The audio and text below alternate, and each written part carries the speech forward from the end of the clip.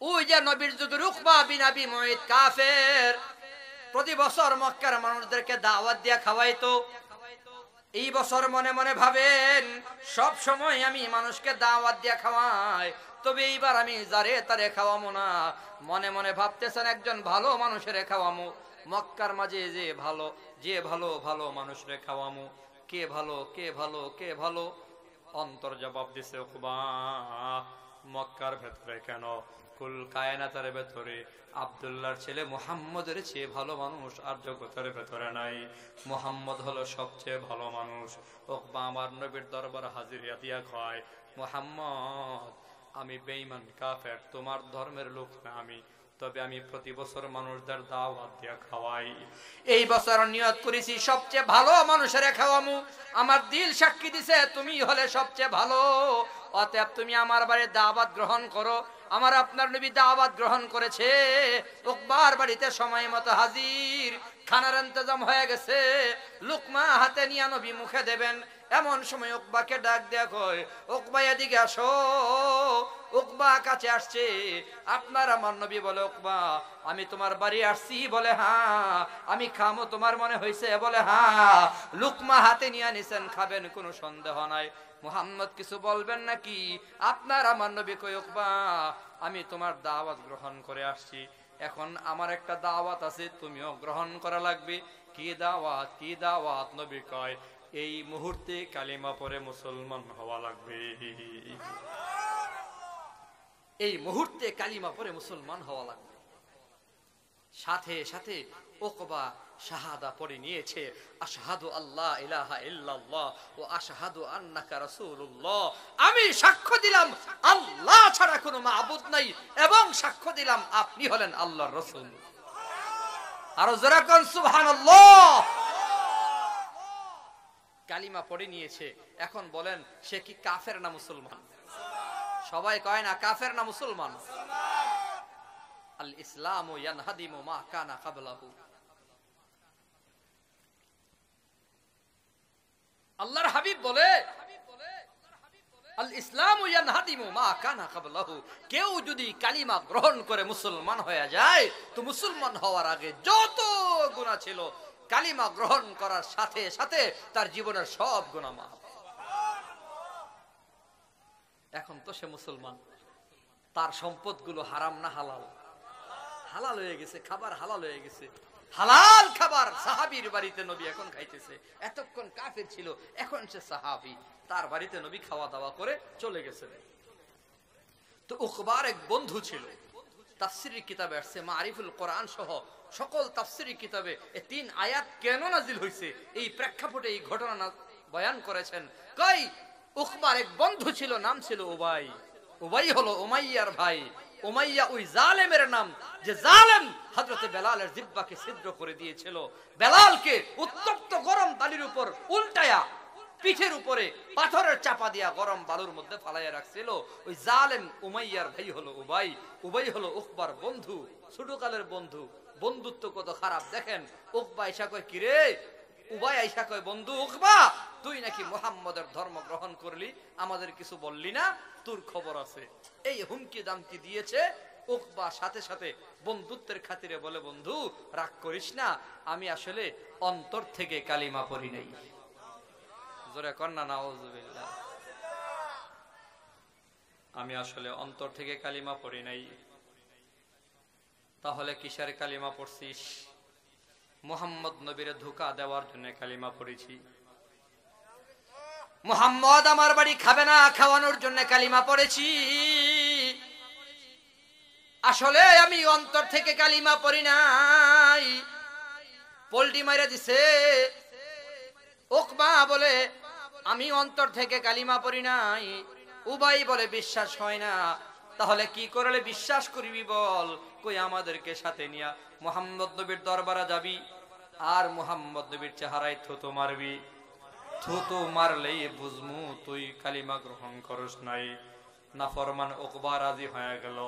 চল বন্ধু বান্ধব নিয়া নবীর দরবারে হাজির। আপনার আমার নবী তো সরল মনের নবী। উকবা তার বন্ধু বান্ধব নিয়ে আসছে, নবী আমার দেখা মনে মনে ভাবে উকবা বুধই তার বন্ধু বান্ধব দাওয়াত দিয়া কালিমা পড়াবার জন্য আমার কাছে নিয়ে আসছে।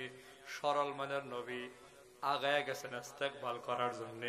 নবী যখন কাছে গেল, উকবা এবার নবীর চেহারা বরাবর থুতু নিক্ষেপ করে দিল। থুতু মারার পর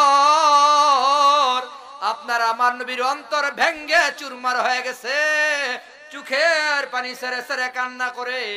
নবী আমার দিল ভাঙ্গা চোখের পানি ছেড়ে যখন কান্না করে, আল্লাহ পাক রব্বুল আলামিন জিবরাইল আমিনকে ডাক দেয়া কয়, জিবরাইল জলদি করে আমার বন্ধুর কাছে যাও, আমার বন্ধুকে 3 আয়াত শোনায়া দাও। জিবরাইল আমিন তখন নবীর কাছে আইসা আমার তিলাওয়াতকে তো 3 আয়াত নবীর শোনায়া দিল। ওয়া ইয়াউমা ইয়া'আদ্দুজ যালিমু আলা ইয়াদাইহি ইয়াকুলু ইয়া লাইতানি ইত্তাখাযতু মা'আর রাসূলি সাবিলা ইয়া ওয়াইলাতা লাইতানি লাম আত্তাখিয ফুলানান খলিলা লাকাদ আদাল্লানি আনিয যিকরি বা'দা ইয জাআনি ওয়া কানা আশ-শাইতানু লিল ইনসানি খাযুলা। আপনার আমার নবীর জিবরাইল বলেন, নবী গো, আল্লাহর পক্ষ থেকে 3 আয়াত আপনার উপর নাজিল হয়েছে, যে আয়াতে আল্লাহ আপনারে বলে, ও নবী আপনি কান্না করবেন না। ইয়াউমা ইয়া'আদ্দুজ যালিমু আলা ইয়াদাইহি ইয়াকুলু ইয়া লাইতানি ইত্তাখাযতু মা'আর রাসূলি সাবিলা। এই কাফের বেঈমানেরা নিজেদের আঙ্গুল কামড়াবে, এমন একদিন তাদের সামনে আসে, এমন একদিন তাদের সামনে আসবে যেদিন তারা নিজেদের আঙ্গুল কামড়াবে আর আফসোস করে করে বলবে, হাই হাই মুহাম্মদুর রাসূলুল্লাহকে দোস্ত বানাইলাম না কেন, মুহাম্মদ নবীরে বন্ধু বানাইলাম না কেন, মুহাম্মদ নবীর সাথে দোস্তি আমি রাখলাম না কেন, মুহাম্মদ নবীর সাথে মুহাব্বতের সম্পর্ক রাখলাম না কেন। ইয়া ওয়াইলাতা লাইতানি লাম আত্তাখিয ফুলানান খলিলা, আফসোস অমুক তমুকের বন্ধু বানাইলাম কেন, অমুক তমুকের দোস্ত বানাইলাম কেন।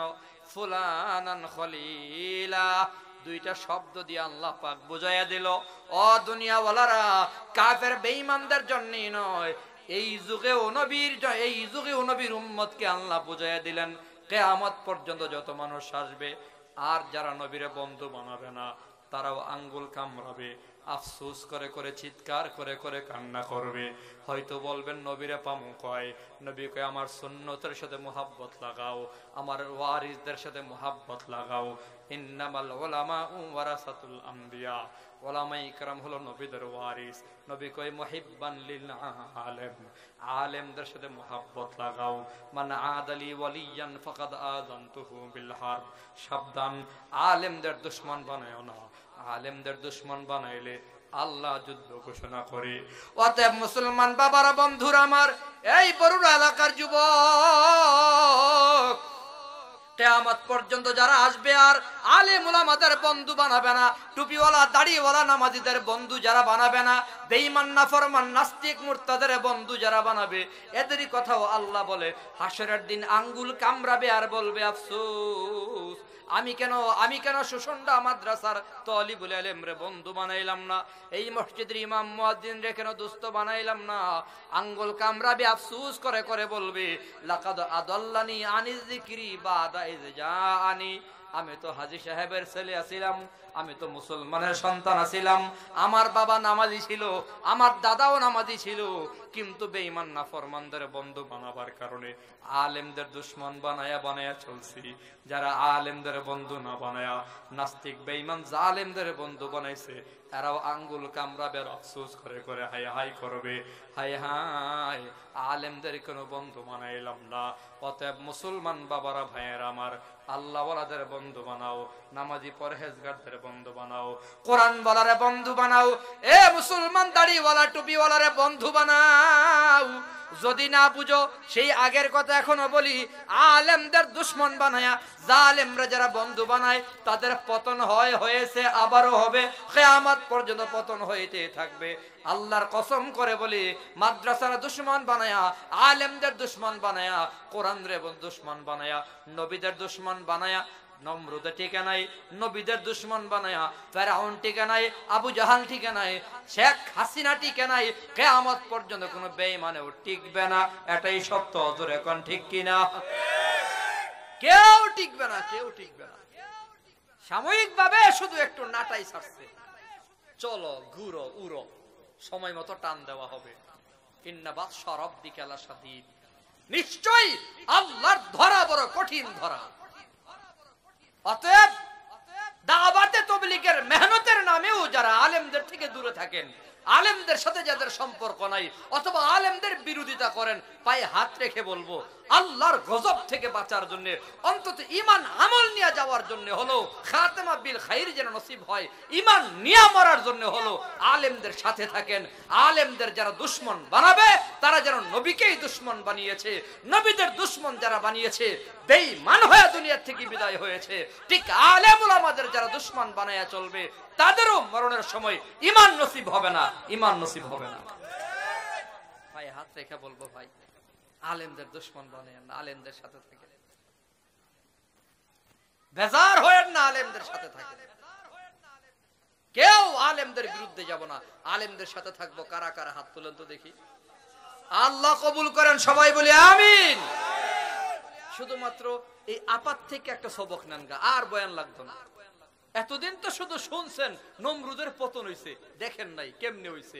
ফেরাউন জালেম ছিল, পতন হইছে, শুনছেন দেখেন নাই। আব্রাহাম লিঙ্কন জালেম ছিল, পতন হইছে, শুনছেন দেখেন নাই। আবু জাহাল আবু লাহাব বেঈমান নাফরমানদের পতন হয়েছে, শুনছেন দেখেন নাই। যুগে যুগে অনেক বেঈমান নাফরমান আল্লাহর সাথে যারা টক্কর দিয়েছে, যুগের নবীদের সাথে যারা টক্কর দিয়েছে, তাদের পতন হয়েছে, বয়ানে শুনছেন, কোরআন হাদিসের মাধ্যমে শুনছেন, জীবনে দেখেন নাই। আল্লাহ হয়তো মায়া লাগছে, ডিজিটাল যুগে এই যুগের মানুষ তো কিছু দেখছে না, আল্লাহ হয়তো মায়া লাগছে যে দেখি বান্দাদের একটু দেখাইয়া দেই যে আমি জালেমের পতন কিভাবে ঘটাই।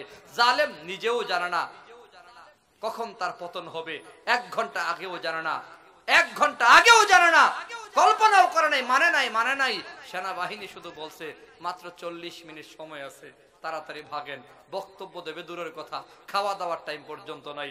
এই হলো জালেমকে যখন আল্লাহ ধরে, তো জালেম কল্পনাও করে না তারে কিভাবে ধরবে। পতনের বয়ান শুধু শুনছি, এইবার 2024-এ জালেমের পতন আমরা নিজের চোখে দেখছি। এরপরও যদি ঈমান ঠিক না করেন, তো হুজুরদের বয়ানে কোনো লাভ হইতো না। মনে হয় আল্লাহর মায়া লাগছে যে হুজুররা কাইন্দা কাইটা বয়ান করে, মানুষে বিশ্বাস করে না।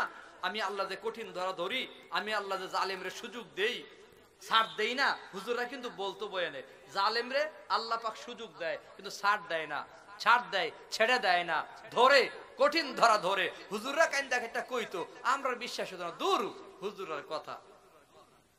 ইডি কইতো আফগানিস্তানে আমেরিকার পতন হবে, হুজুররা কইতো, কিন্তু কেউ বিশ্বাস করতো না। 20 বছর পরে ঠিকই আফগানের তালেবানরা প্রমাণ করেছে আমেরিকারই পতন হয়েছে, তালেবানদের বিজয় হয়েছে। যে সময় গণহারে আলেমদের জেলখানায় ঢুকায় রাখছে, ওই মোল্লাদের সাইজ করতেছে, ভালো হইছে। মোল্লারা খালি চিল্লায়, মাঠে চিল্লায়, মোল্লাদের কথা কাজের কোনো মিল নাই। মোল্লাদের কথা কাজের সব মিল আছে। যারা কইতো খেলা হইব, হেরা মাঠে নাই, মোল্লারা মাঠে আছে। যারা কইতো মোল্লারা পাকিস্তান চলে যাও, হেরা গেছে হিন্দুস্তান। মোল্লারা আগের জায়গাতেই বয়া বয়া বয়ান করে। সবক নেন, সবক। এ সবক আপনি আমিও নিতে হবে। তারে মুরব্বী মানলেও সবক নিতে পারেন যে আমার মুরব্বী আপারে অবস্থা হইছে, আমারও অবস্থা হইব আমি যদি জুলুম করি। কথা কোন ঠিক কিনা?